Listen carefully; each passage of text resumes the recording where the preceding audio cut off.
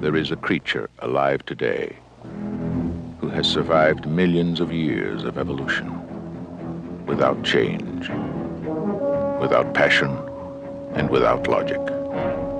It lives to kill. A mindless eating machine.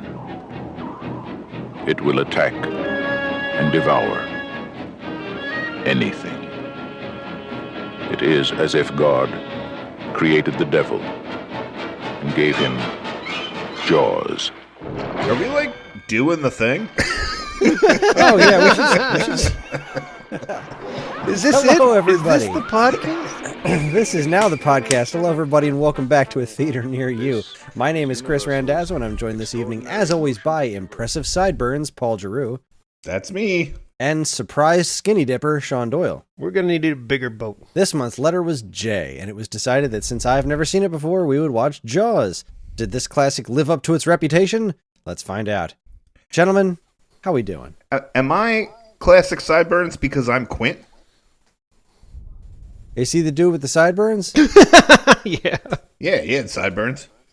I just called him sideburns the whole time. I don't know anybody's names. What I want to know is, could I be Quint? Like, is it too late for me to have a career as a salty old fisherman? Like, is that something I could pull off at this stage in my life, or does that pass me by? No, I think you could do it.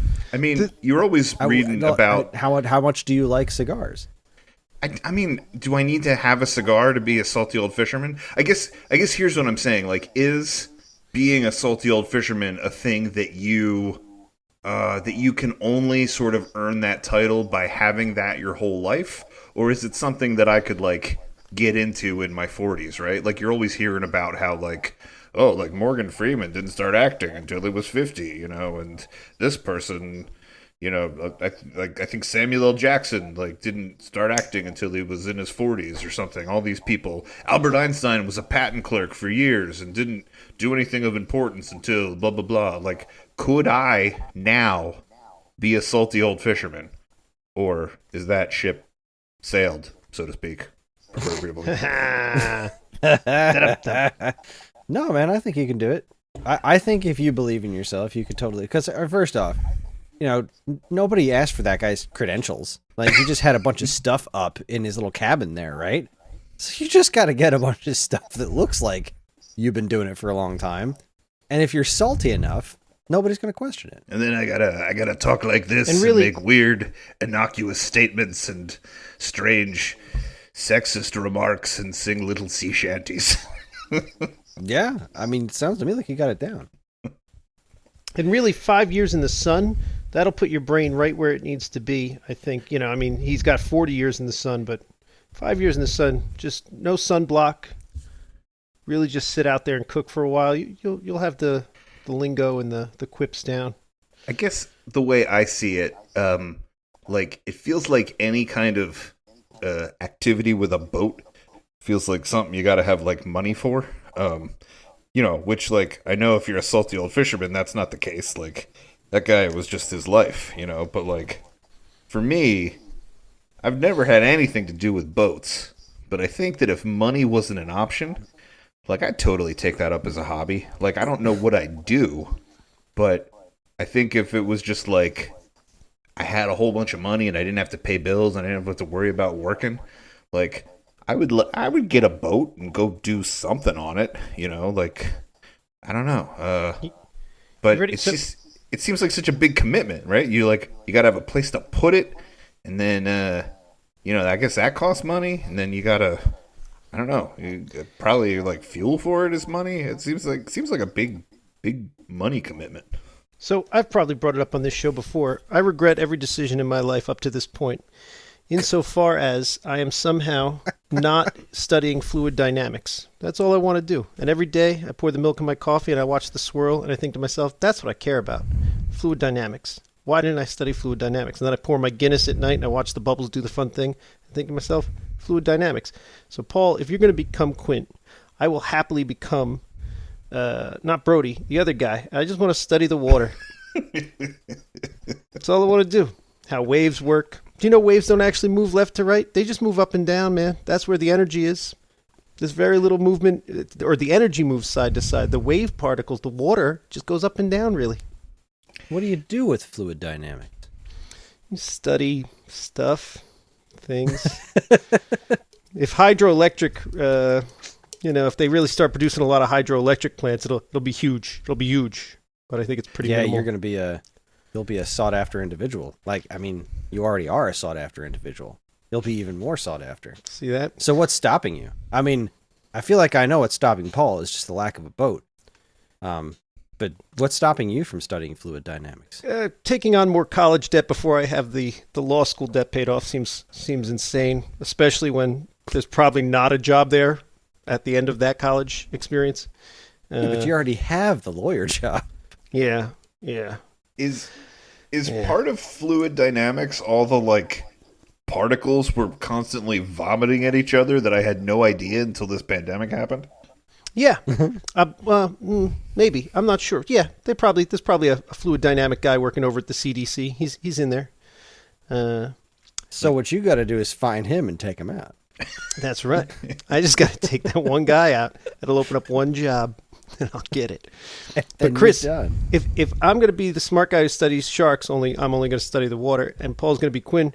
That means you got to get a gun and become a sheriff. You got to race up and down the beach and tell everyone to get out of the water. Mm-hmm. I can do that.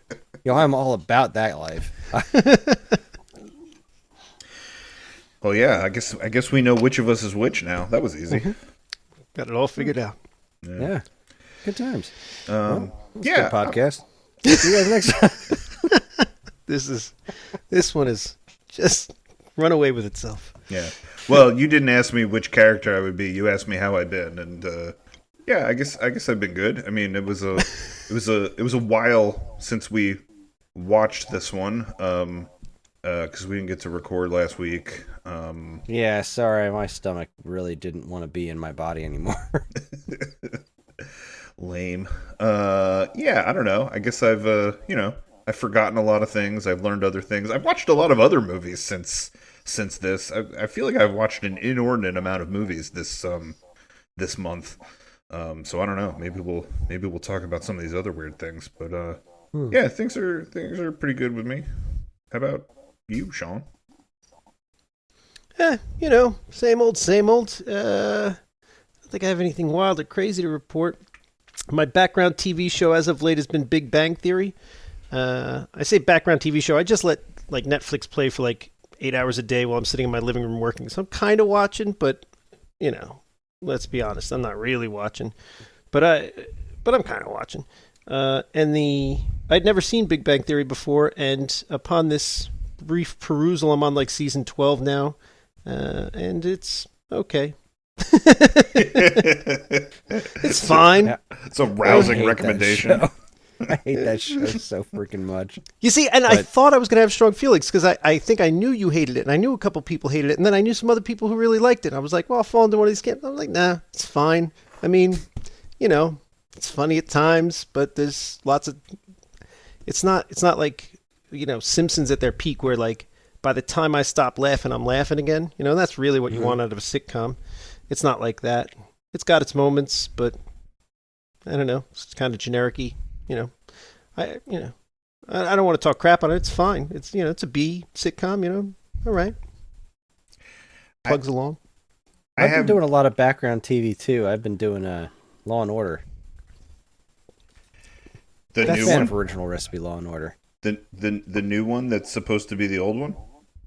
Oh, I've been watching that too, but there's only been 3 of those so far. I have all the old Law and Orders just rolling in the background while I'm working. Anytime I don't have to worry about writing something, I'm just playing old Law and Order episodes and background watching them because I've seen them all before. Right. And back when TNT used to marathon them all day every day, so that was a good time. That's been fun. I was goodness, what am I on, season 6 now? I think. Kris, speaking of background TV, have you checked out the new Mystery Science Theater streaming thing? Not yet.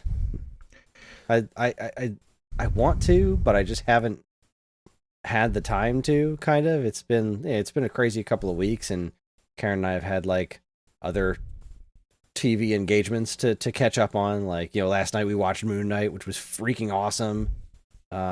Agreed. Yeah, it was good. Oh God, are we yeah. going to talk about that? Oh no. No, we can hold off on that for now. Okay. No, Moon Knight was great. We did. Karen's been really into this show, Killing Eve, which is on its last season. So I was, watching that, and we've been watching for our. Actually, was the main feature in one of our previous TV show podcasts. This week's episode, we were introduced to the Around the World in 80 Days series. Okay. It was it's like a limited series. It was on BBC, I think, starring David Tennant. It's really good. I thought you were talking about the Jackie Chan, Arnold Schwarzenegger, Owen Wilson. Right? No, it's actually a whole series, and it's really good. I like anything with David Tennant, so I might have to check that out.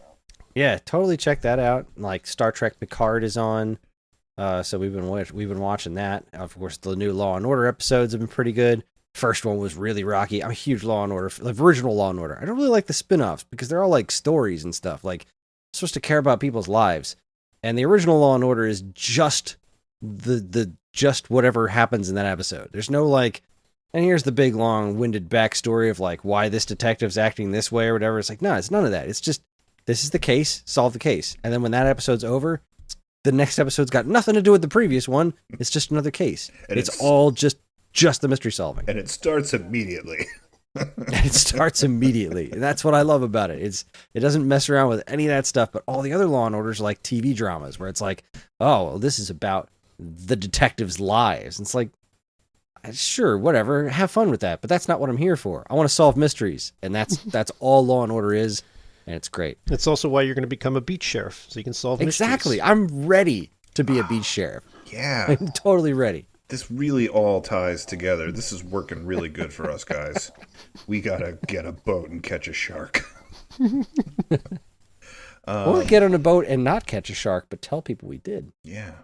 Well, yeah, I mean, I guess to conclude what I was saying about, I guess I'll conclude what I was saying about Mystery Science Theater, but then also since you guys have been talking about TV, I have a thing to say. But yeah, the Mystery Science Theater thing is weird. They posted the first new one, but I think it's like a draft version of it. Like, I think as MST backers, like, we get to watch like pre-screenings of stuff, so I started watching that, and it's been pretty funny. Like, I guess one thing that's weird about it is, since it's a new one and it's the Netflix cast, the Jonah Heston guy, who I like, but the background stuff doesn't look like a set anymore. It looks like green screen stuff. So that was irking me a little bit. I don't know if I'll adjust to that. Like, it seems minor, but. Yeah, it was funny, but all the classic stuff, all the old ones, it's not like you just get a subscription to everything and you get all the old episodes. It's like you get 6 a month. Like, they pick 6 that are like from the vault that you get access to as a backer, and then, or I guess at least the level that I backed it at, that's apparently what I get. So I don't know. I thought that was weird. But then again, I like have all the DVDs, so I don't know why I care. Well, it's a lot easier to just hit a button and stream something than it is to bust out a DVD and figure out what you're going to watch. I got to open the case. The level of lazy is I mean, I'm with you. It happens but to me it's all upsetting. the time with games.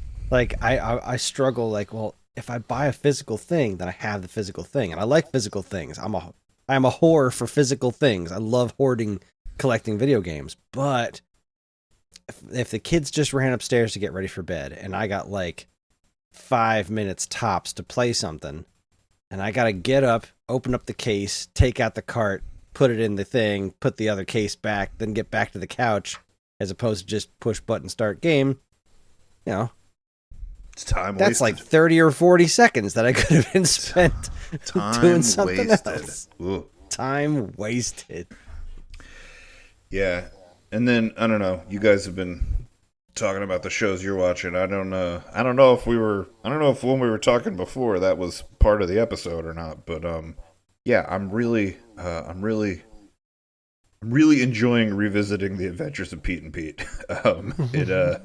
It's interesting watching it as an adult. It definitely captured a feeling about childhood that I did not realize at the time, and it's really funny going back and watching it. I wonder what my kid will make out of that show.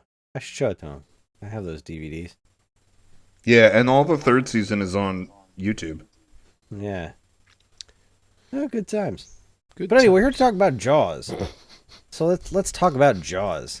Well, you ready to feel old? Always. I feel old when I wake up. Wait. This movie's older than us. We're not that old. It is older than us, but I feel like I realized how old it is, right? Because like at some point, Kris is going to ask us how we watched it, and I have it on DVD. So I popped in my DVD, and I do have some like anecdotal stuff about my old DVD because it was one of the, like I have some in my collection that were super old DVDs. So, it says things like, "Do you want to watch it in widescreen?" and things like that. But it's the one I have is the 25th anniversary. So I must have got that DVD in like 2000 because the movie was made in 75. So this is almost a 50-year-old movie. Like, that sort of blew my mind.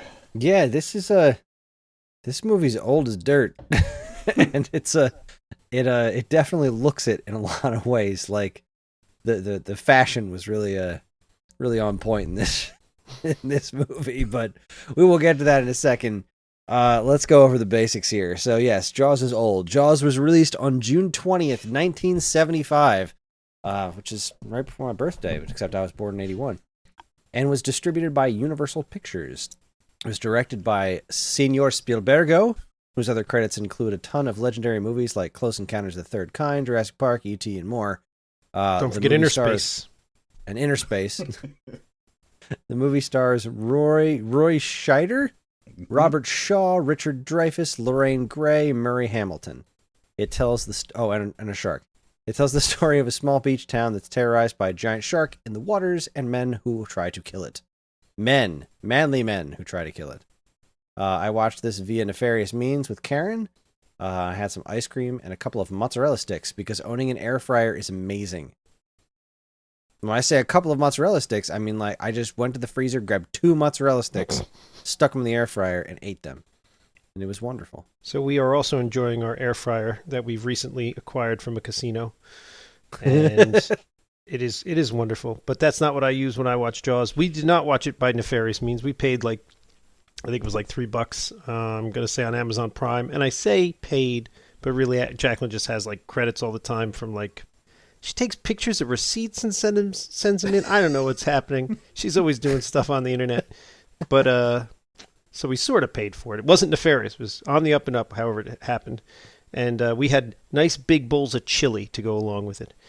So chili's good. Maybe I'm gonna have chili for lunch next week. I'm not a big chili fan. It's actually my least favorite food. I like all food. That's my least favorite. But it just seemed fitting to go along with Jaws that we would have chili, and chum in the water. I thought you were gonna say because sharks love chili. I mean, it's a well-known fact. Sharks love chili. Yeah, when they were throwing that stuff overboard to chum the water and everything turned red, that wasn't blood, that was chili. It was chili. It was delicious chili. Award-winning chili. You don't feed sharks, who's going to feed them? God, have you guys even seen the YouTube-only Syphilin episodes that happened? No. I don't think so. Oh, they're wonderful. They're wonderful. There's a whole extra season worth of Syphilin that rebooted in, God, I don't remember when it was. It was a while ago. Must have been almost 10 years ago now that they did it. Started on Machinima and then moved over to Nerdist, and then nobody watched it, but they're brilliant. And one of them, they did a series where Syphil and Ollie do fake video game reviews, and one of the games was Feed the Shark. And there's just a wonderful song. They just bust into a song as Syphil and Ollie want to do about feeding sharks. You don't feed sharks, who's gonna feed them? You know that sharks need extra feed. You don't feed sharks,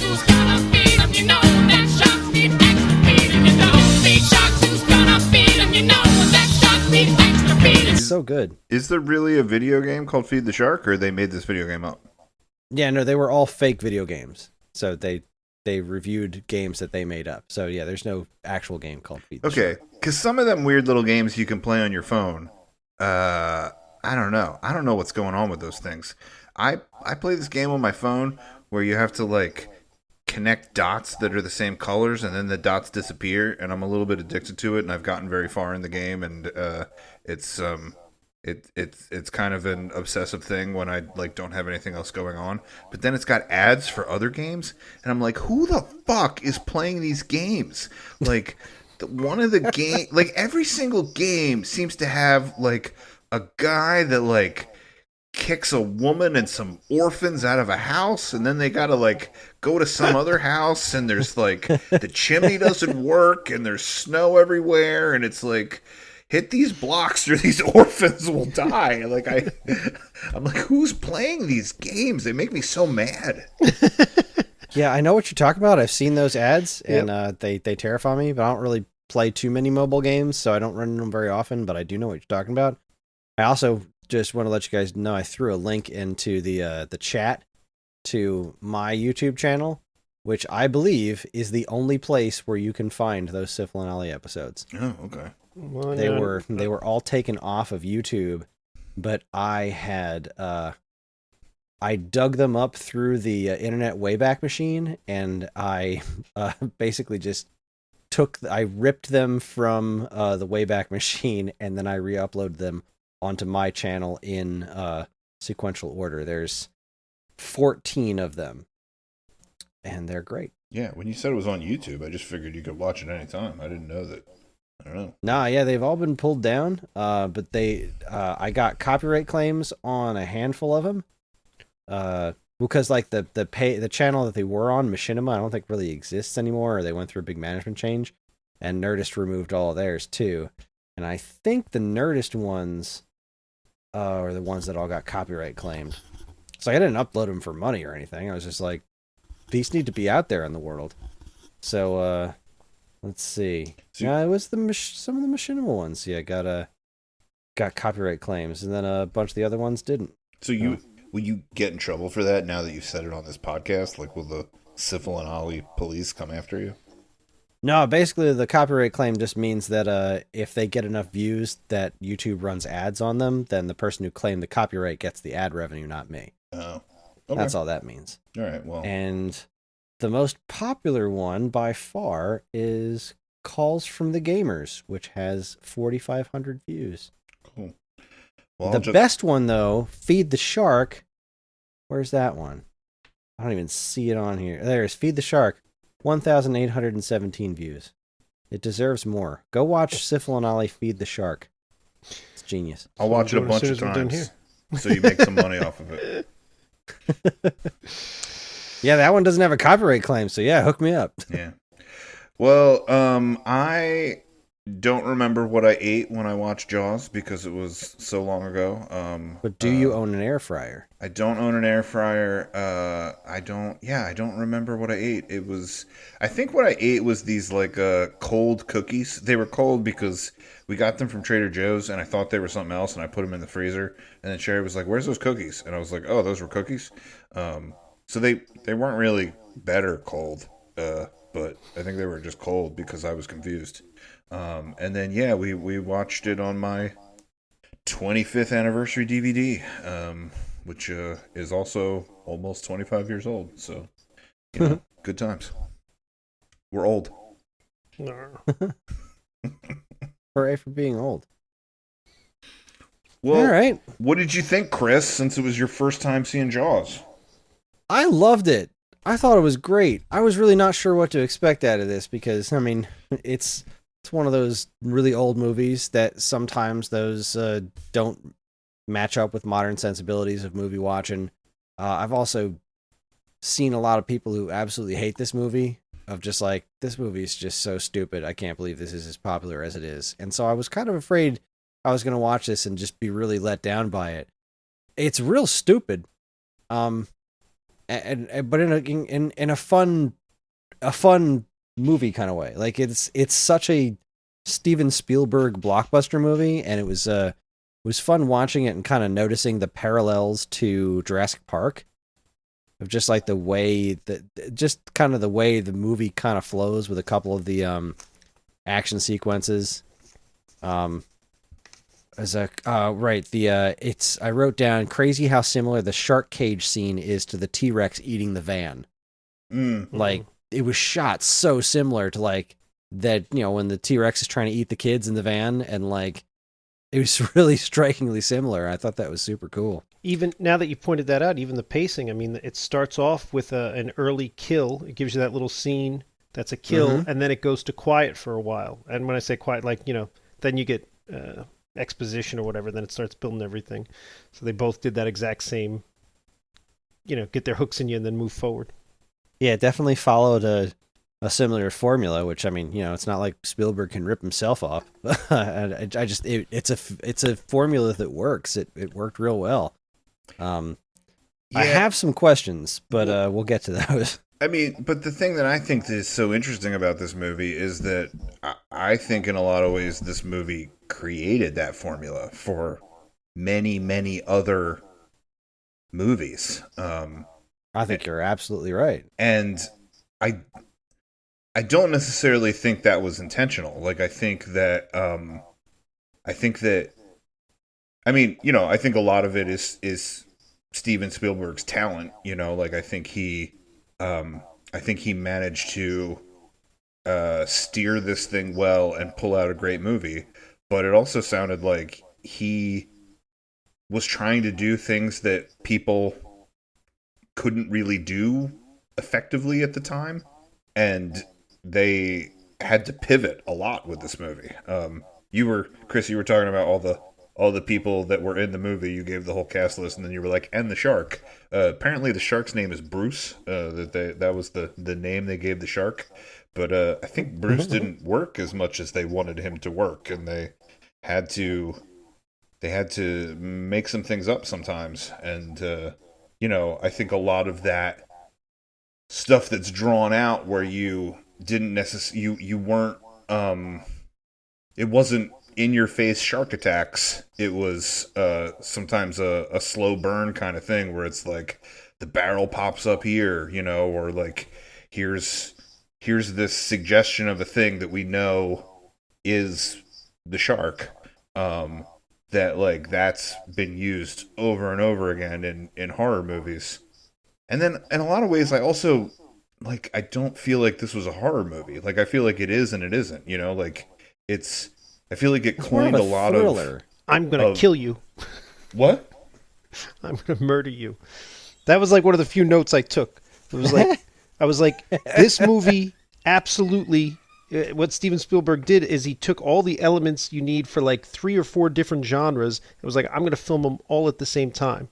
Because parts of it are 100% a horror movie. That whole opening scene, you've got it literally opens on a bunch of teenagers like smoking pot, drinking, and 2 of them are going to go have sex. And then you hear some, some horror music, and then one of them's murdered, right? Like, that's like, it might as well be Jason or Michael Myers or whatever, right? Can I say something about that real quick? Go ahead. I don't think I would have chased Christy onto the beach.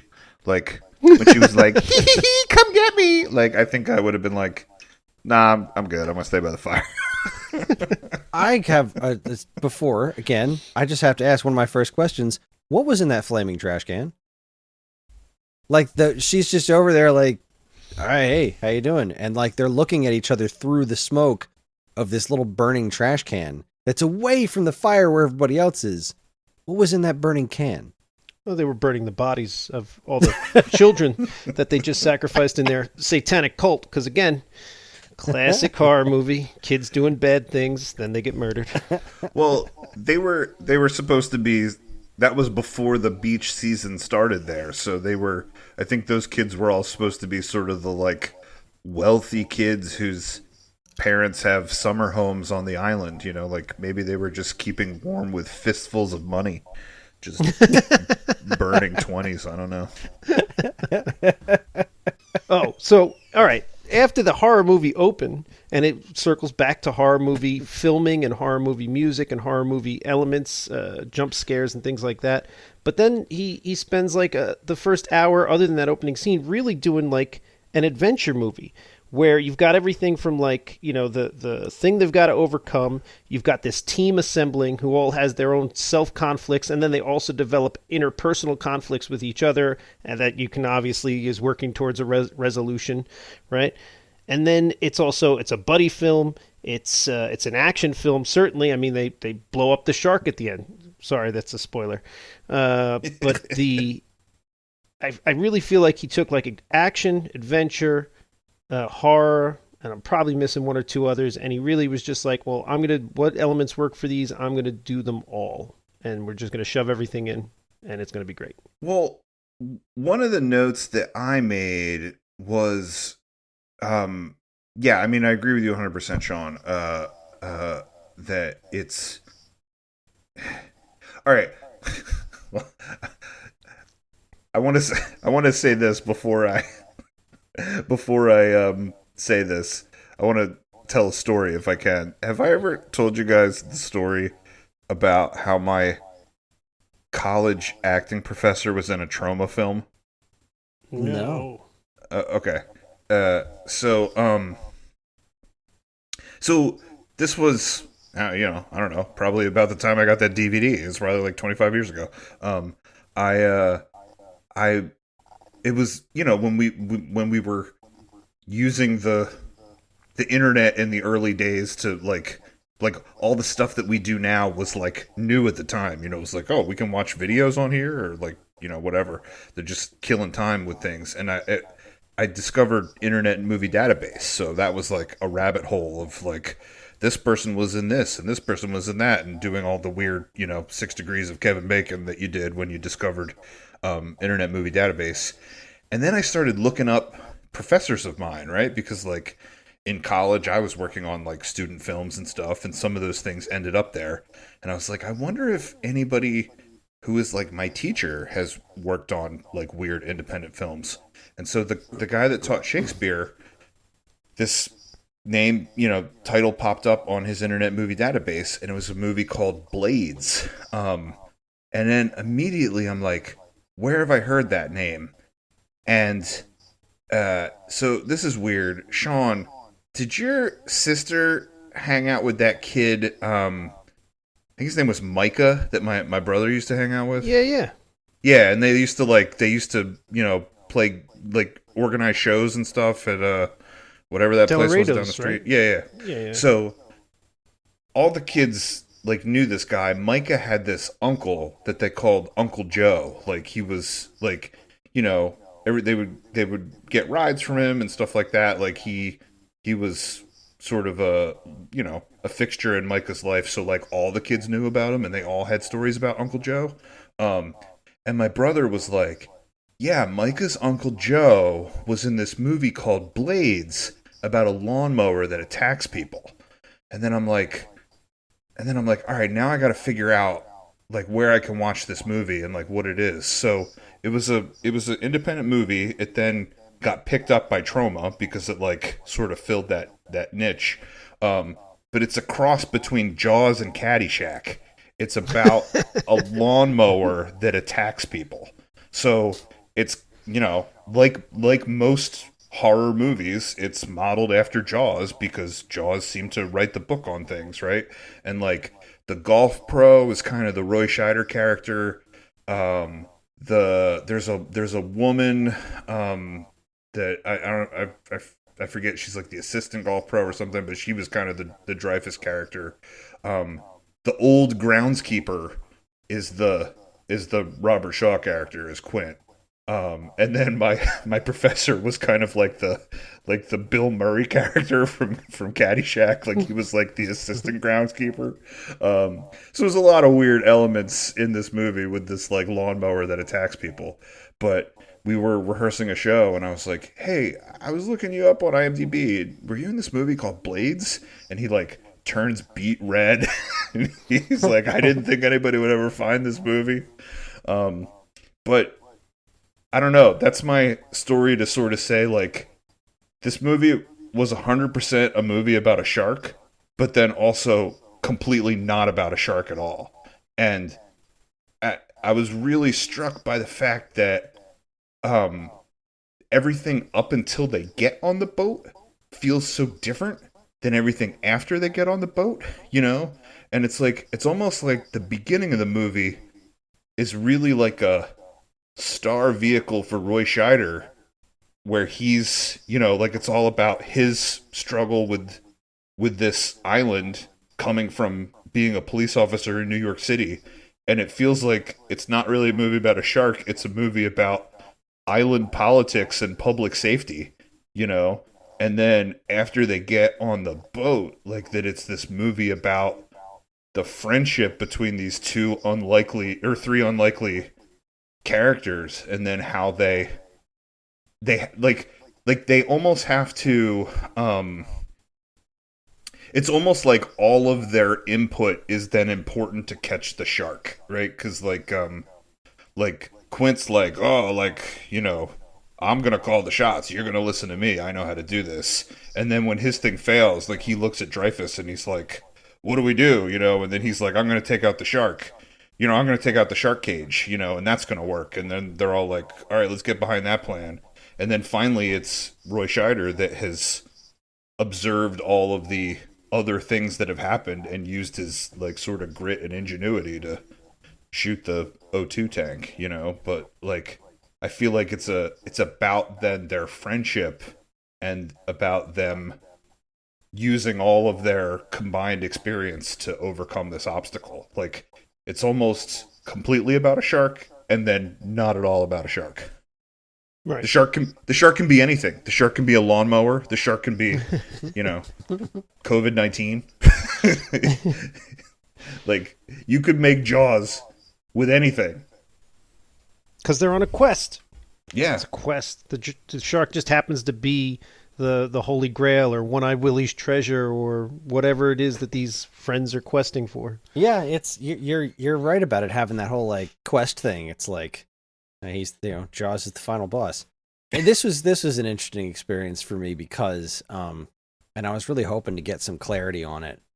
I had never seen Jaws before now, but I played the garbage out of the Jaws NES game. Oh yeah.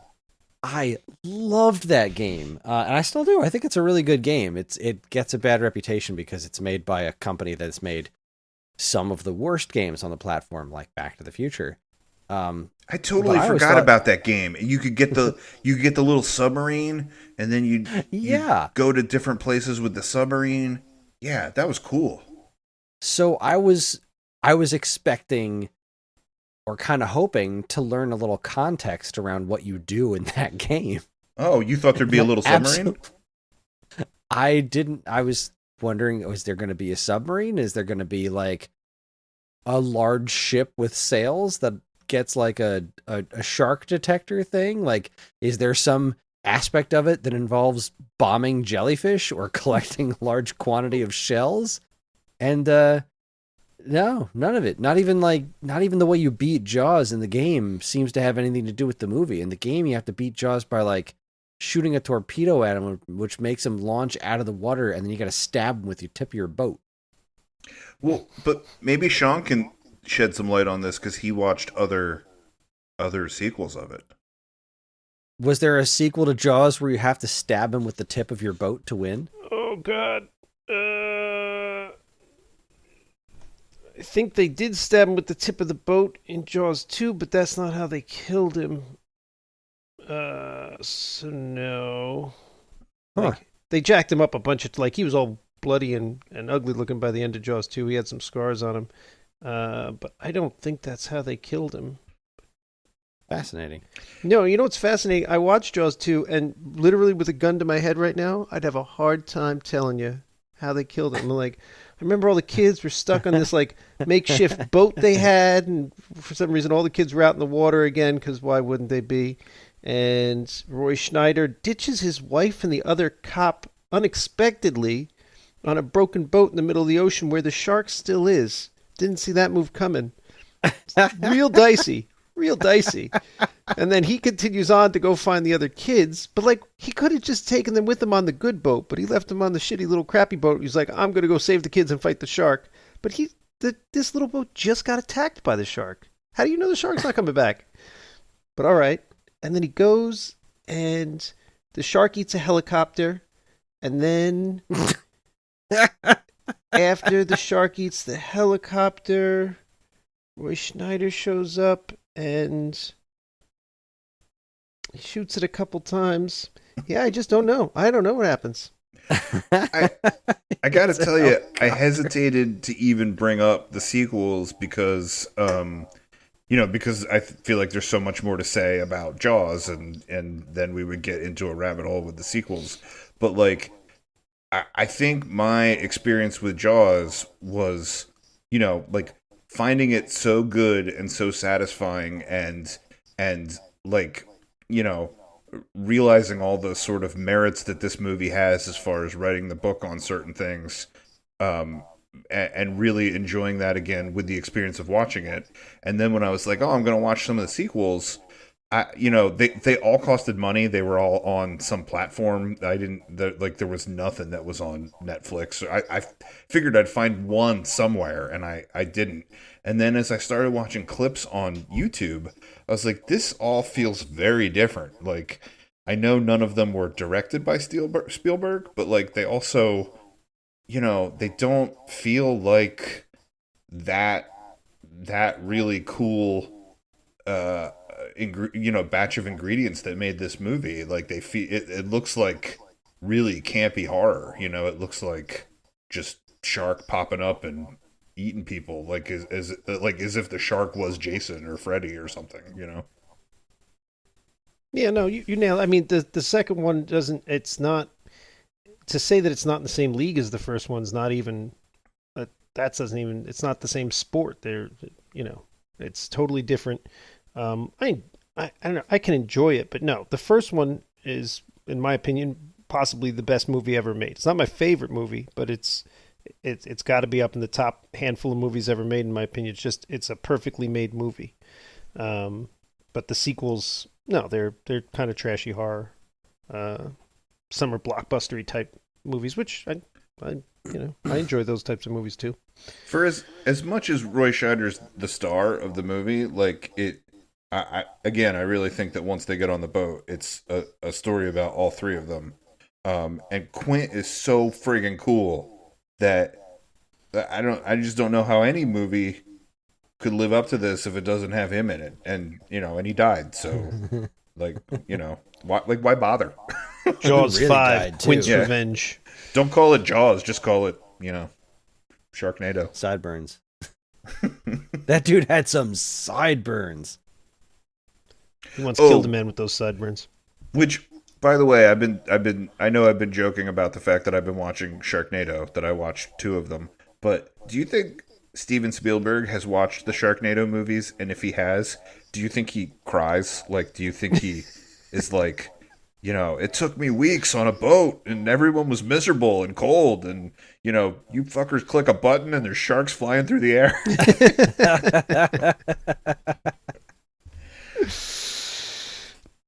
He probably doesn't feel that way. I mean, none of these movies would exist if it wasn't for him.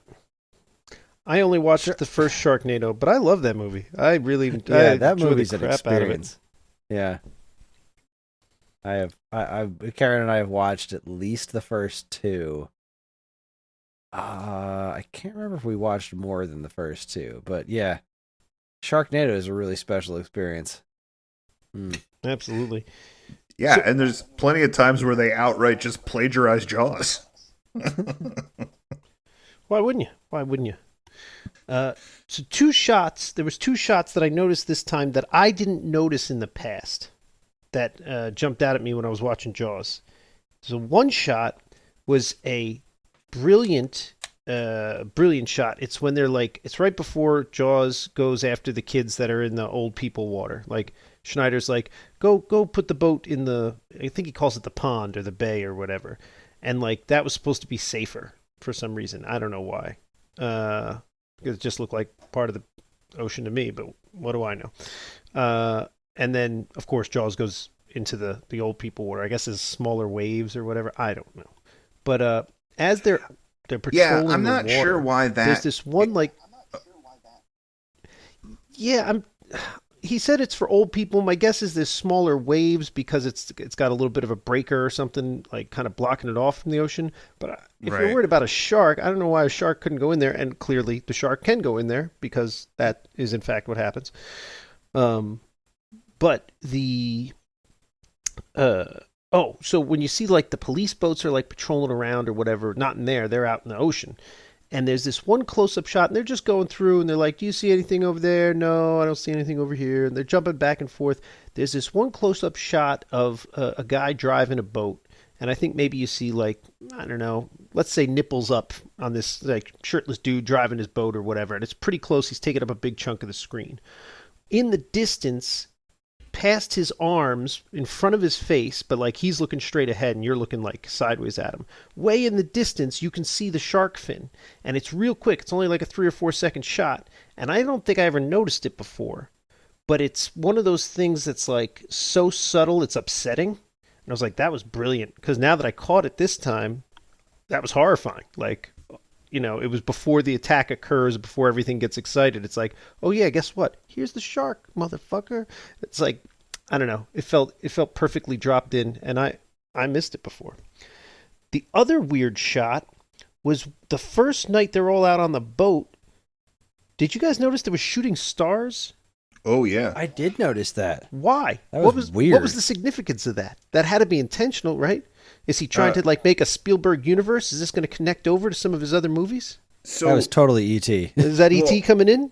From what I've heard about that, you know, Steven Spielberg has done that shooting star thing in other movies, right? Like he is, you know, he has put in a shooting star in the background of different things, and I think it's, you know, I think it's become sort of like almost a symbol in a lot of ways of different like magical moments in a movie.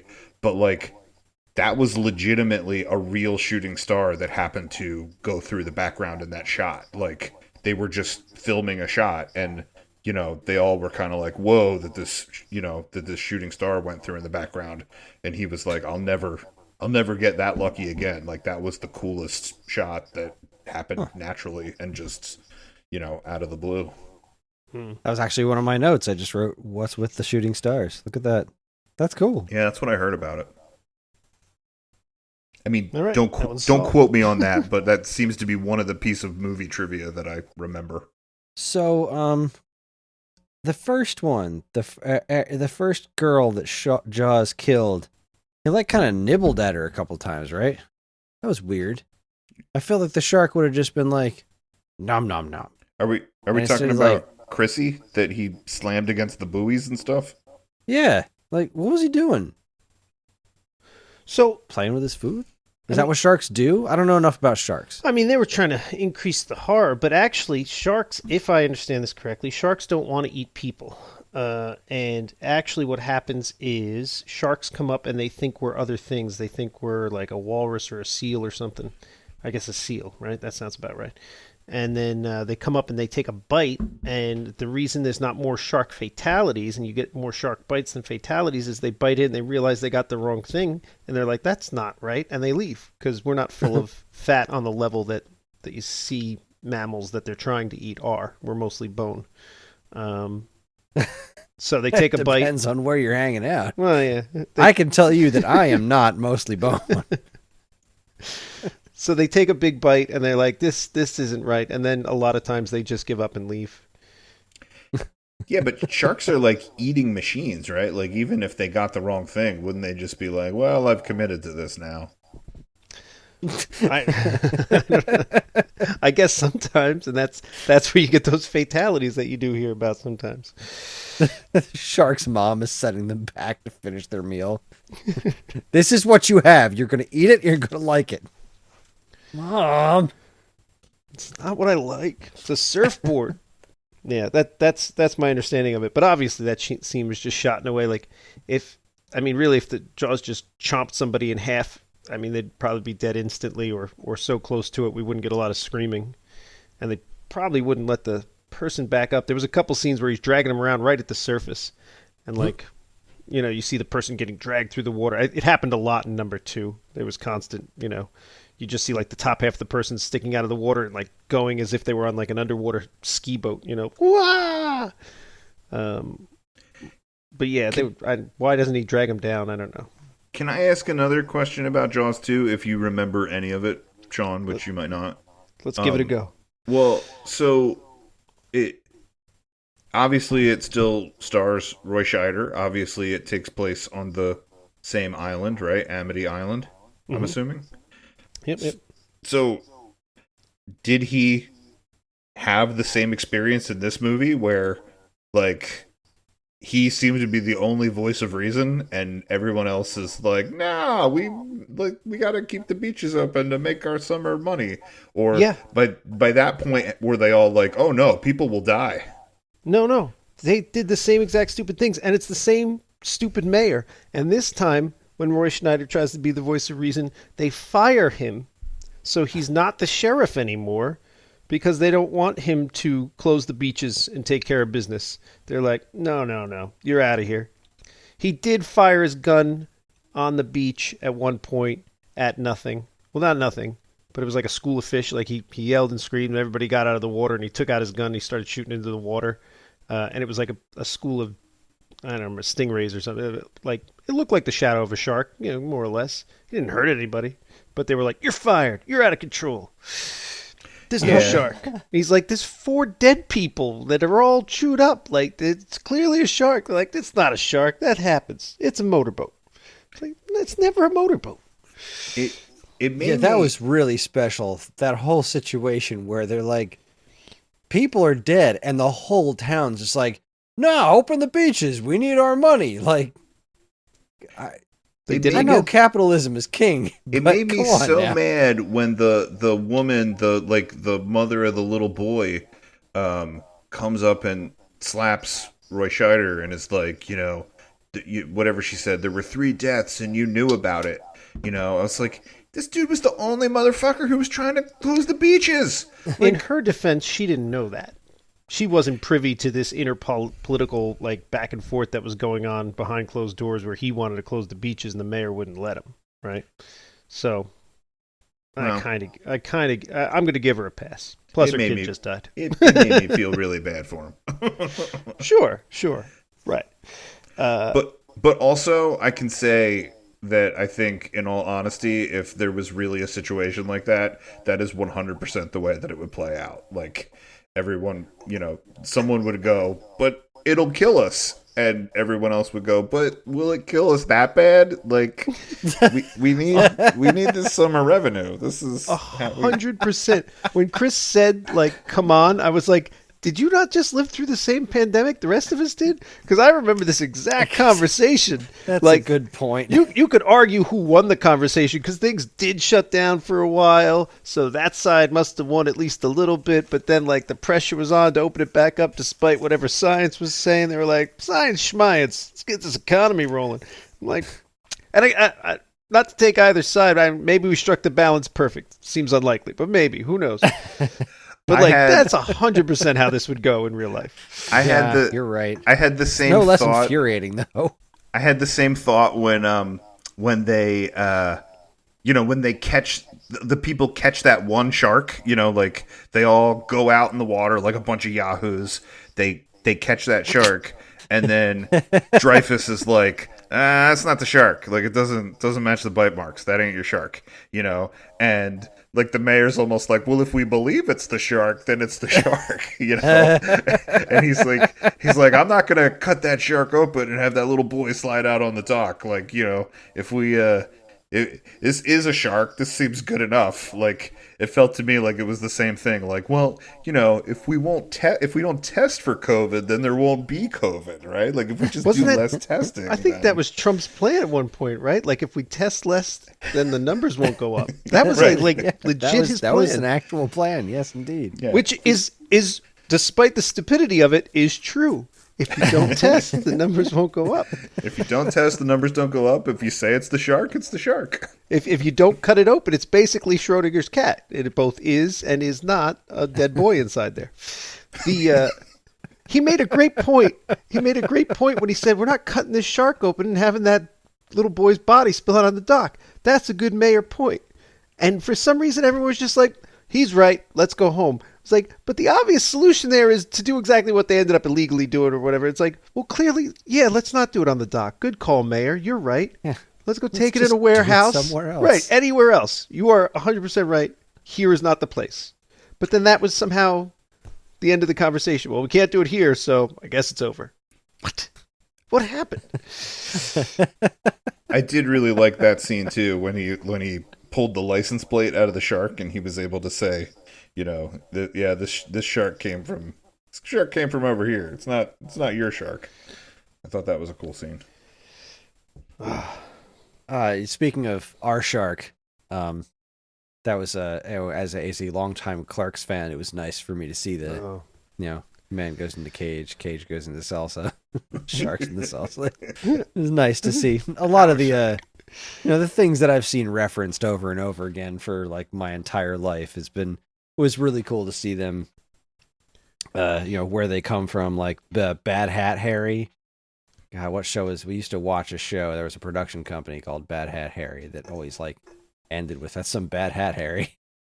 It was such a weird line. Yeah, I remember such that. A weird thing to happen too. I wish I remember what show that was. I gotta look that up because it's that we looked it up right after the Bad Hat Harry House. That's what it was. Oh, right. Yeah, that's the end of episodes of House. So like that was fun. Let's see. I did notice that in this I thought was just really funny, like in that when they killed the shark killed the girl in the beginning, but then the next one was the little boy, and there was like way more blood from the little boy than there was from the girl, like by a lot. Right when they were all going out there to get the shark, Karen said, "Man, men really do be out here menning." It's just like, wow, that is just a bunch of dudes that are like, yeah, I'm gonna go out here and get a shark, get a bunch of money, and be all manly. That was really something, and kind of hit the hammer on the nail there. You see, I wrote down this sideburns guy is really special. You're making fun of the men, and all I could think, like, it made me think of like Jed. It's like, if this happened and Jed was around, we'd all be on a boat against our will, trying to kill a shark with some sort of homemade explosive. I remember being in the woods against my will at some point, hunting lynxes, like with a wooden spoon. We're gonna go out in the woods and we're gonna catch a lynx. I can only assume that the time Jed caught the shark, he watched Jaws the night before and was like, "That's it, I'm going and I'm getting a shark." And then he went and got himself a shark and then brought it to me at the bookstore still alive and threw it on the counter when I'm trying to work and walked away. Oh, I never heard that story. Oh, yeah, this is a wonderful story. Sean, you got to tell the Jed shark story. Jed decided he was going to kill a shark. That was his plan. And then, like, this was like, I think it took him a couple days or whatever, maybe a week. I don't remember how long it was. I'm working at the bookstore one night. It's like 9 o'clock. I'm there alone, sitting at the front counter. Jed walks in and throws on the counter a bleeding, still alive, I'm going to say, it wasn't a giant shark. It was like 3 foot, right? 3 foot long shark. It was big, but it was still alive. And it was just flopping around. And he said something Jedish, how do you like me now, bitch? And walked out. And like, I have customers in the store. And this thing's just bleeding all over merchandise. He left the shark there? Yeah, and left. So then I'm like, I pick up the shark because I can't have it continue to bleed everywhere. Everyone's staring at me like I'm supposed to be running this store. And like, I don't have time to go properly kill it. So like, I took it in the bathroom and put it in the sink and turned the water on. I was like, I don't know what the fuck to do with this thing. I'll deal with it after I close. I got like a half hour to close. I'll deal with it then. And then just lock the bathroom door. I was like, I don't know. What are you going to do? Oh, man. He came back at closing to retrieve his prize after he went and got himself dinner or something at Applebee's. I don't know what he did. That feels like a different horror movie. Bookstore shark. Can't use the bathroom right now. There's a shark in there. Yeah. Sorry. Yeah. Oh boy, I think that was about all I wrote down. Oh, that was a big question. What exactly did the barrels do? Like, I think I figured it out by the end, but I was really confused by the barrels at first. Jacqueline asked me the same thing. The purpose of the barrels, I'm fairly certain, is that you put the big, long, spiky harpoon thing into the shark so that it can't come out, and it's tied to the barrel, and the shark can't go deep anymore without really exhausting himself. Right. The point of the barrels is to tire the shark out. Tire him out. So that then he's saying he can't go down not with 3 barrels or 2 barrels. I don't remember how many barrels. But also tire him out and keep him near the surface. Tire him out, keep him near the surface, and also once he is too tired to fight him, then you can see him. So if he's, even if he's pretty far away, the 2 or 3 big yellow barrels, out in the distance, you should probably be able to see him on the ocean. There's nothing else to look at, right? So then all right, he's over there. So easier to find him, tire him out. Huh. All right. I'm glad that all worked out together, but I was real confused at first. I had another. You were talking about all the men out menning. I had another sort of thought about that, and then sort of tied into Quint. Because it was interesting how the town managed to take this tragedy and then turn it around into a money opportunity, right? Like the whole beginning of the movie is so staggering, but not unbelievable, would totally play out this way, that then they managed to drum up more tourism to the island of all these idiots coming to try to catch a shark and win their prize. And I thought that it was so interesting that Quint is conceivably a resident of this town. He's not set up well. I mean, he's not set up bad, but there's not a big to do about introducing him. I think his introduction speaks for himself. He's in that meeting and he puts his hand on the chalkboard and everybody looks at him and he's like, "I'll catch your shark," and you're like, all right, that's all we need to establish this character, this guy's a badass. But I guess, everybody in the town knew who he was. They were like, okay, Mr. Quint, they all knew him as Quint. Obviously he lives there, but he didn't seem concerned about the island revenue, and he didn't seem concerned that he was asking them for $10,000. He was like, "This is what I'm worth, and I can do it. And I'm gonna, I'll bring you the head, the tail, the whole damn thing." I thought that was really interesting about that character. Yeah, no, I think I think exactly what you're pointing out kind of showed how he was both part of the town and separate from it. He was a salty old sea dog. This was his home base. This is where he parked the boat. This is where he, did whatever commerce he was forced to do. But he wasn't really part of the town, even though he lived there. He was his own entity. Do you guys know any of the Jaws lore about Richard Dreyfuss and Robert Shaw? No. I mean, Jaws lore. Well, again, this was another thing that I guess sort of fascinated me about watching this again. Was because I really liked everything that happened once they got on the boat. Once all 3 of them were on a boat, it felt like a whole different movie. Not that the beginning of the movie was bad. That was enjoyable in a different way, but the adventure part felt like such a different movie, and I loved watching them all be at odds with each other, and then all sort of come together and be on the same team, and specifically with Quint and Hooper, because they sort of set up from the beginning that those two were not gonna be fast friends. That he despised him because he's a city boy, a college boy. That Quint had his own sort of working class hero bullshit, as Dreyfuss says, and that it was going to take a while for them to actually earn each other's respect. But the legend seems to be, and other people on the set of Jaws have verified this, but Robert Shaw is dead. He died a couple years after Jaws, so he can't tell his side of the story. But the story seems to be that Robert Shaw and Richard Dreyfuss did not get along, and that Robert Shaw liked fucking with Dreyfuss and sort of teasing him and bullying him. That he would say he would say like snarky, douchey things to him before the take started. So, so like some of that animosity between them was real because the two actors didn't get along. There's also some story where like Dreyfuss like knocked a bottle of scotch or something out of his hand, like knocked it overboard, and then when they were, when they have the barrels on the shark and Roy Scheider and Richard Dreyfuss are trying to tie it off on the back of the boat, and they're getting splashed with water, and the ropes are breaking and stuff. Apparently that's a hose that's pointed at them, and like Robert Shaw just like turned the hose full blast on Richard Dreyfuss.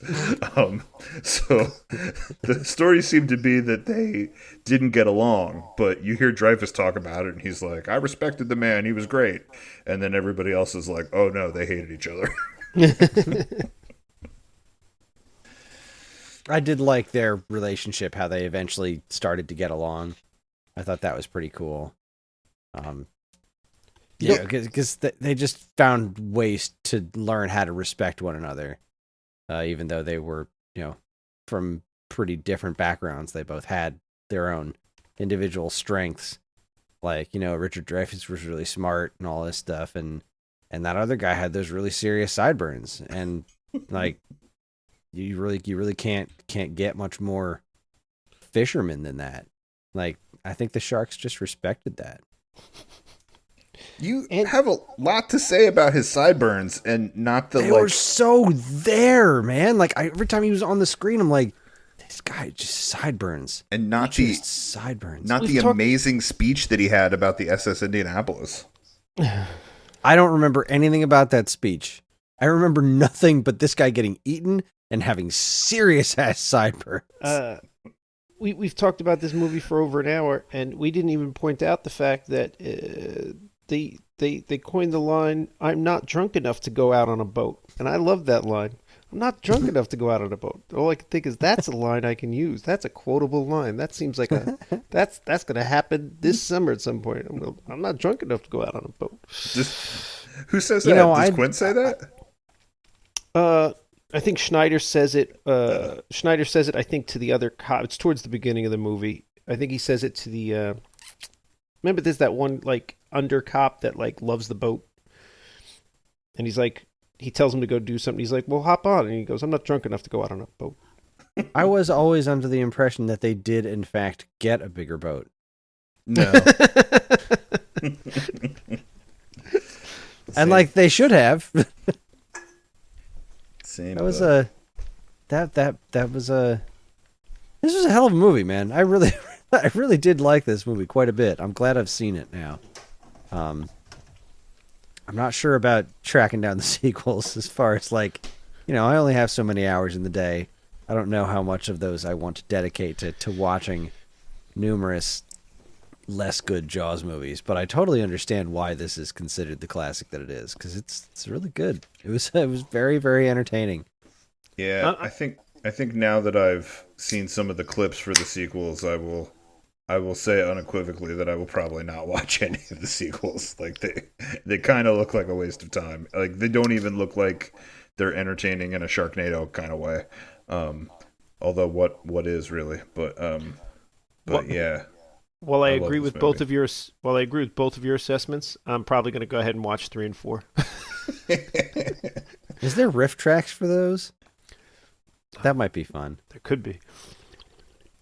I haven't seen riff tracks in a good long while, but that was how I watched Twilight. Oh yeah, same here. I wasn't ready for how bad that movie actually was.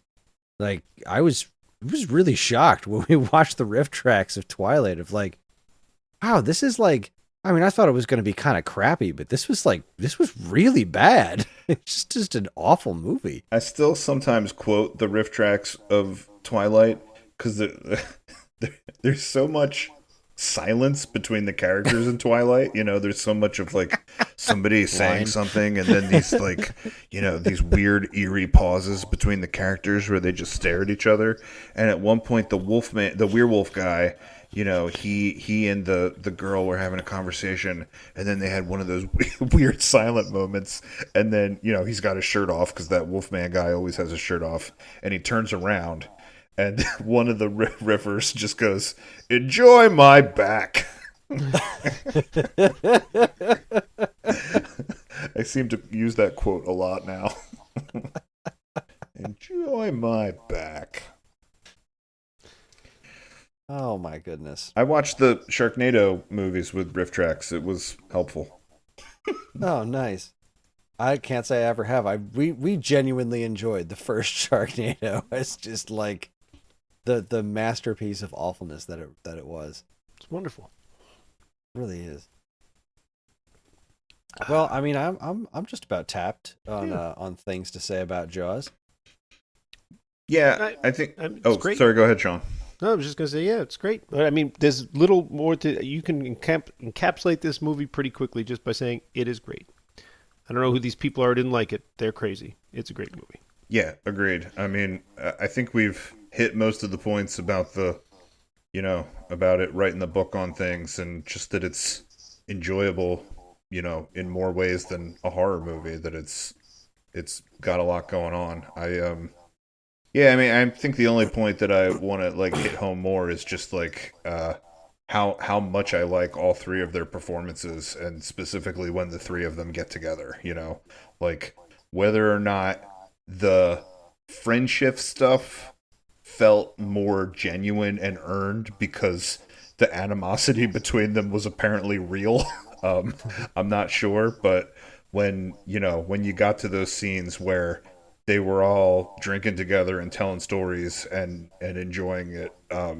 It really, I don't know, it really sort of felt great as a movie. And then the fact that it kind of, them winning, winning the battle, killing the shark, outsmarting the system there, is sort of then the topper on the cake at the end of the movie. It just feels really satisfying and complete. So yeah, I enjoyed the heck out of this. I will also say I didn't really watch it thinking that it was a horror movie. I don't like those kinds of movies because my least favorite thing is jump scares. I despise jump scares. I hate being startled while watching anything. So I was really pleased that this movie was light on jump scares. I was very, very, very happy with that. Because I just hate jump scares. I don't know what it is. I can't get into them, which is why I've never been a horror fan. I've never watched so many classic horror movies, because I know a lot of them are full of jump scares and I just despise them. I mean, geez, that was why I walked out of that movie Signs. I think I went to go see that with you, Paul. Right. And I left. It's like, I'm not doing this. I just hate jump scares. Well, I think that the movie, how do I put this? Not that it actively didn't have jump scares, but I think that some of the things that were more like that moment, that were supposed to be sort of the horror angle to it. Again, that it maybe kind of wrote the book on it, some of the stuff to us, I think now just feels like the completeness of the movie, but to audiences in 1975, when, they're exploring that one boat and that floating head floats out of it, or, I don't know, some of those other things where it's they, you expect to see one thing and then, you find a body part, or, you see blood in the water or something like that. I think at the time that was oh my God, this movie's really, really getting people on that horror movie level. But now, because this was the thing that wrote the book on it, everything that has followed has defined the genre in different ways and pushed the limits of things. So, some of this stuff didn't feel like jump scares because it's tame to our standards now. You know what I mean? Yeah, I think it's more of the things that are designed to, everything goes quiet, and it's like, "Bleh!" Like that's I don't mind things that are scary, like the camera pans on like, oh, here's the thing that I didn't expect to see, like, all right, there's a little bit of intensity, and now I'm gonna see something, and oh no, it threw something that I wasn't expecting to see. Like that's cool. I'm totally good with that. It's like those moments, like in Signs, where it's just like, all right, everything's dark. We're walking out into a cornfield. Something is going to jump out at you. It's the entire purpose of this scene is just to make you jump. Is the only thing that this is here for, is to startle the audience. It's not helping the story in any way. It's not telling anything. It's just, I want to mess with you, the audience. And that kind of stuff has always bugged me. I hate the feeling of being startled like that. And movies that just do that for the sake of doing it have never entertained me. So like there were definitely like frightening moments in Jaws, like a couple of scary moments, but all in all, it wasn't like, none of it was cheap. Yeah. And I really appreciated that. That's a fair point. All of those moments furthered the story. And did a good job of, furthering the intensity of things. Like it just worked. All right, I'm done. Yeah. I'm all jazzed out. Samesies. Are we ready to move on to our movie picks for the letter K? Yeah. Holy crap. Can I guess what your guys' picks are? Sure. Live the dream. All right. This is just based on me knowing the two of you and not really knowing how you feel about these movies, but like this is just my educated guess. Just because Sean is Sean and the style of movie he picks, I'm going to guess that Sean's pick is Killer Clowns from Outer Space. No. Oh, okay. I didn't even think of that one. I wish I had thought of that one. That one's so good. Here's my rationale for Kris.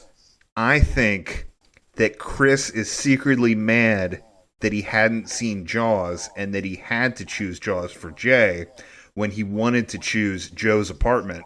So instead, he's going to pick another movie with Jerry O'Connell and animated creatures and go with Kangaroo Jack.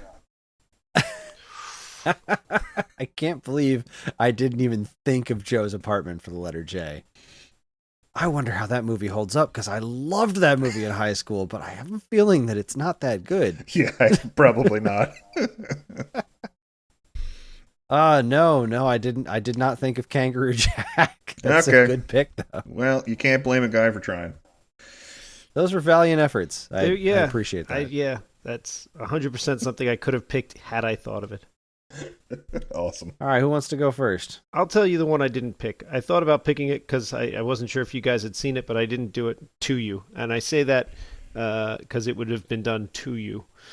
Did you guys ever see The Knowing? No. Is it a Nicolas Cage movie? It sure is. Okay. Yes, I think I've seen it. There was a brief period of time where I was on a Nicolas Cage kick, like specifically the weird ones that all sort of feel the same, where I was like, how has he done all these movies? So yeah, I'm pretty sure I've seen The Knowing, and I feel like it was bad. So I went to see it in the theater. I like Nicolas Cage most of the time. I mean, he makes some shitty movies, but I don't know. He's fun. He made The Rock. He made Trapped in Paradise. He made lots of things that I really enjoy. And this seemed like a movie, I went and saw it in the theater, that I was going to enjoy, and I did. For about an hour, I don't know how long the movie is. Let's say the movie's an hour and a half. I probably enjoyed it for about an hour and 10 minutes, and then it started to feel funny in my tummy, and then I was like, something's going on here. And then I was like, I think something's happening. And then, like with 5 minutes to go, it came real obvious that, oh, this was a Scientology propaganda film, and I just sat through the whole damn thing. And that's all it is. It's just a Scientology propaganda film masked as a X-Files feel Nicolas Cage film. Is he a Scientologist? No, but I think he got in sort of trouble with tax evasion. I know he had like the best copy of Action Number 1, which was the first appearance of Superman. And he had to sell it to pay off taxes, and that's when he made like 10 or 12 movies in like 5 or 6 years that were all just pretty terrible, because he wouldn't say no to anything because he was like I think jail was on the table. So it was like he was just whatever script got put in front of him, and the Scientologists were like, "We want to make a propaganda film, and we'll pay you good money." And he was like, "All right, I don't want to go to jail." So that's not my pick because I decided not to do that to you. I appreciate that. I've had enough. I was kidnapped by Scientologists for like an afternoon when I lived in New York once. That was a good time. Yeah. No, instead I went with something that I really don't know how terrible or good it is. I remember it from when I was a kid. I haven't seen it in 30 years, so it may have aged well or very poorly. King Solomon's Mine. Did you guys ever see it? No. I'm going to say mid-'80s. Oh, God, I should have looked up. The main guy is probably a name that maybe you would know.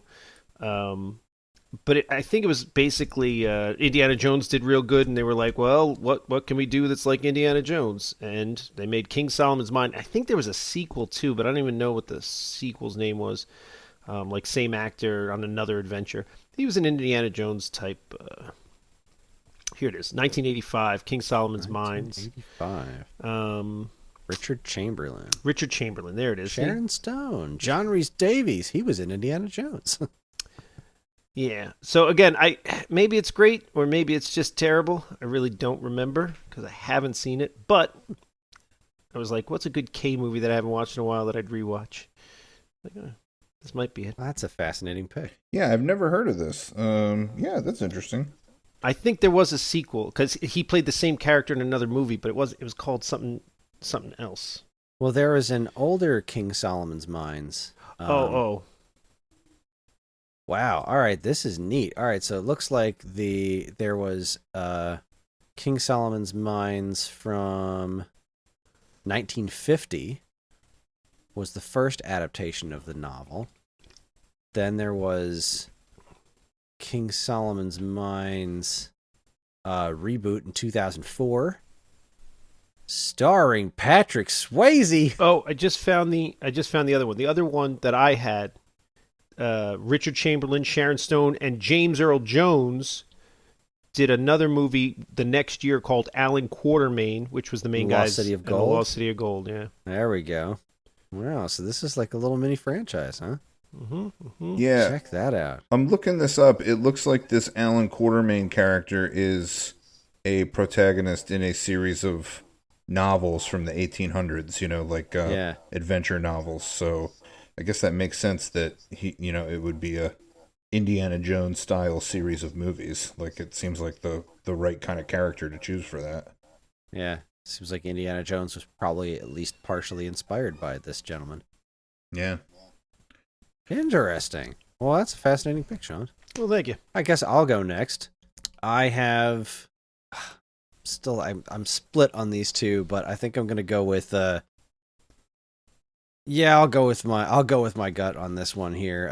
My pick was going to be the 2010 Karate Kid movie because I've never seen it, and I love the original Karate Kid. But is that the one with the girl? No.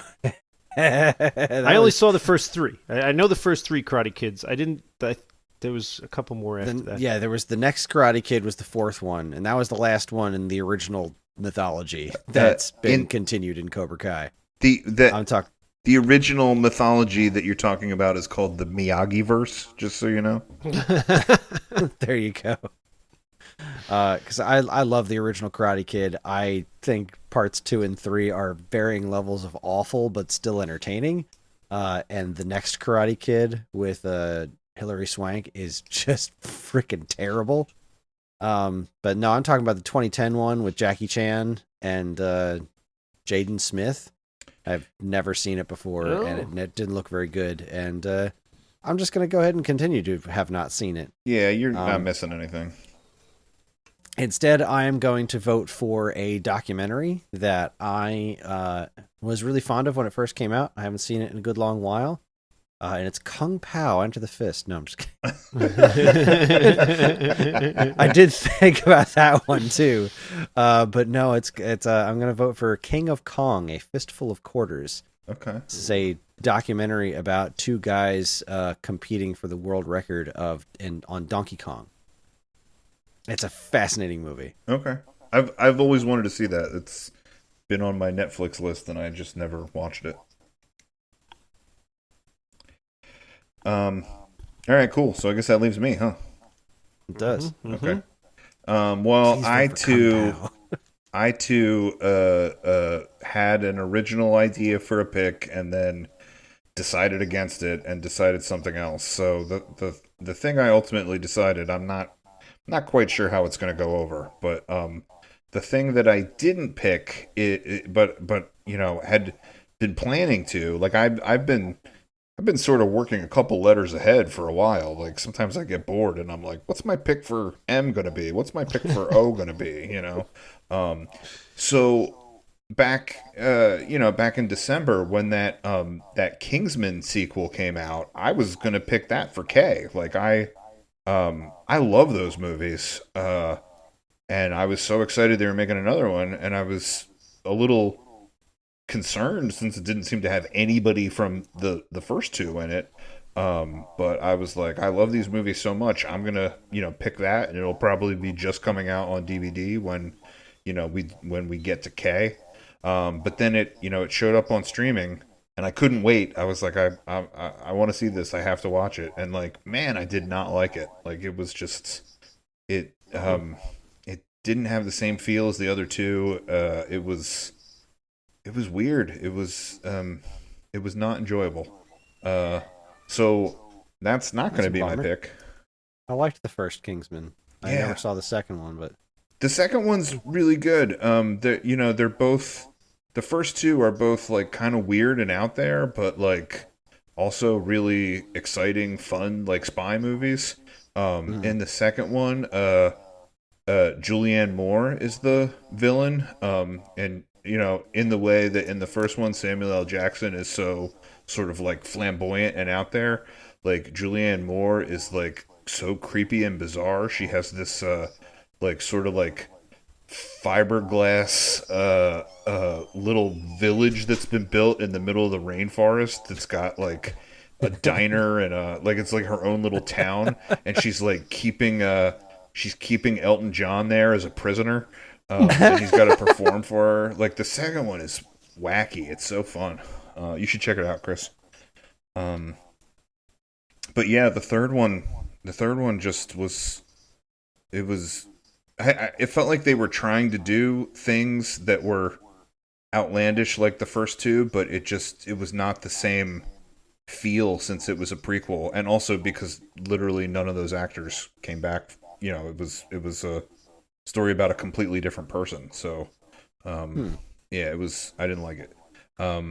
So I really had my heart set on that, and then when I decided against it, I really had a hard time finding something for the letter K. So I think what I settled on is a movie called The Killer, which is a Hong Kong action movie. So we've not done anything that's subtitled. So I don't. You guys got to be into that if that's the pick. But it's a early John Woo movie. That stars Chow Yun-fat from Crouching Tiger, Hidden Dragon, and I think it kind of is notable as far as like really cool like camera work and like editing for this like action movie, but then also like all the stuff that made John Woo, like where they're having a standoff with multiple guns and there's doves flying through the background and things like that. Like it's like out there John Woo action. So that's gonna be my pick, The Killer. all right, The Killer. You just reminded me of you were talking about like subtitled movies. I saw something pop up on Twitter that I've been actually looking for an excuse to sit down and watch the whole thing, because I haven't watched a kung fu movie in a long time. But somebody posted about this extremely bizarre kung fu movie called Drunken Dragon, or Exciting Dragon, I think is what it's known as in other parts of the world. And it really defies description. It's really quite special. So look that up when you get a chance. All right, so we're choosing just between. to chime in on Paul's thing. I've seen Killer. I love Killer. It's I just checked my movie list right now. It's number 19 on my all-time best action movies. It's a great movie. I haven't seen it in a while, so I wouldn't mind rewatching it. But as far as an action movie goes, it is phenomenal. Yeah, I haven't seen it in forever. I'm fairly certain I saw it in college, but yeah, it would almost be like a new experience because it's been forever since I saw it. So let's go ahead and vote. Say when. And I say when. Oh. Oh. All right. All right. Well, I guess we're going with Sean's pick, King Solomon's Mines. All right. This is gonna. It's got a good cast, but I like have a vague recollection of like two scenes. Like this could be a terrible movie. This is like when this came out in '85. I was like, 7, 8-year-old Sean watching this movie. I mean, we got a kick out of Flash Gordon, so I remembered that better than I remember this. I knew Flash Gordon was cheesy, but I also knew I enjoyed it. It had been a long time since I had seen it, but King Solomon's Mines, it's been a long time. This could be highly offensive. That'll be the best. This movie was openly racist just the whole time. Very much looking forward to it. It always warms my heart when we pick Sean movies. It's like, this is going to be an experience. Yeah. Yeah. No question. All right. Well, that about wraps it up for us. Theater Near You is a part of the Geekade Podcast Network, and if you'd like to get in touch with us to share your comments, movie suggestions, or whatever, you can send us an email at mail@geekade.com. We can also be found on most social media outlets and the official Geekade Discord server, all of which can be found in our show notes. Thanks for listening, and we'll see you next time in a theater near you. Arr. Arr. None of man's fantasies of evil can compare with the reality of Jaws. Roy Scheider, Robert Shaw, Richard Dreyfuss. Jaws. See it before you go swimming.